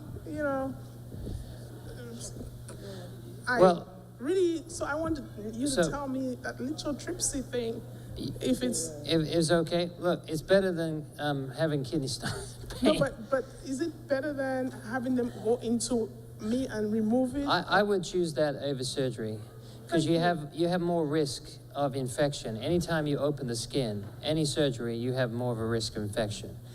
So I personally would choose that. However, if there's time, I would use the Chancropiedra. That would be my number one result. But kidney stone, it doesn't usually come upon you instantly without some build up to that. Amen. All right, so you have time in the early stages, so I would recommend that. So thank you. Yeah. You can use castor oil, but it's not going to do the same work as Chancropiedra, because Chancropiedra is trying to break up the stones, and it's calcium oxalate is the primary component of the kidney stone, and so you're using a substance that is going to create more of an alkaline situation to break up the acid environment. Anyway, I want to invite you back tomorrow. Thank you for all your intelligent questions. They've been great. And Pastor had a question. Did you have a question? I missed the pastor. All right, we'll let you have the last say. Thank you. It's just a question of absorption when it comes down to herbs and supplements. What are good ways to augment absorption? Okay, well, if you take a capsule or compressed tablet, you have a 38 to 52% absorption rate. Okay. So if you take a tea or an extract, you have about 98% absorption rate. Okay. So that's why people who take pills, especially elderly folk, it's the worst form to take it in. Now there are situations where you want to take it in a pill if it's a bitter herb, but if you can swallow it, I would prefer the tea or the extract. Now, bitter herbs also help with hydrochloric acid production, which helps digestion. Okay. So when the children of Israel were led out of Egypt, they took bitter herbs. If you eat a lamb at midnight and you're going to run 200 miles out of your home across the desert, last thing you want is a lamb in your stomach that's not digested. So God said, take it with bitter herbs. Bitter herbs increase hydrochloric acid, they break down protein. Okay. So there's a place for that, but with people with weak acid, they're going to have a harder time digestion. So that's when you use bitter herbs. But normally speaking, I'd recommend teas or extracts because they have 98% absorption rate. When you take, say, black pepper extract. You don't need to take black pepper with turmeric. It's recommended for curcumin because curcumin is a derivative of turmeric. So for those who don't know, sometimes we confuse curcumin with turmeric. We think it's the same thing. It's actually a phytochemical it's an isolated phytochemical of turmeric. And because it's isolated, it gets degraded by the liver in 20 minutes. So to stop that happening, black pepper has a chemical called piperine. Piperine suppresses the liver's action to break down curcumin. And so therefore it suspends it in the digestion, in the bloodstream a longer time. But you don't need to take black pepper if you just take turmeric. It's only if you take curcumin.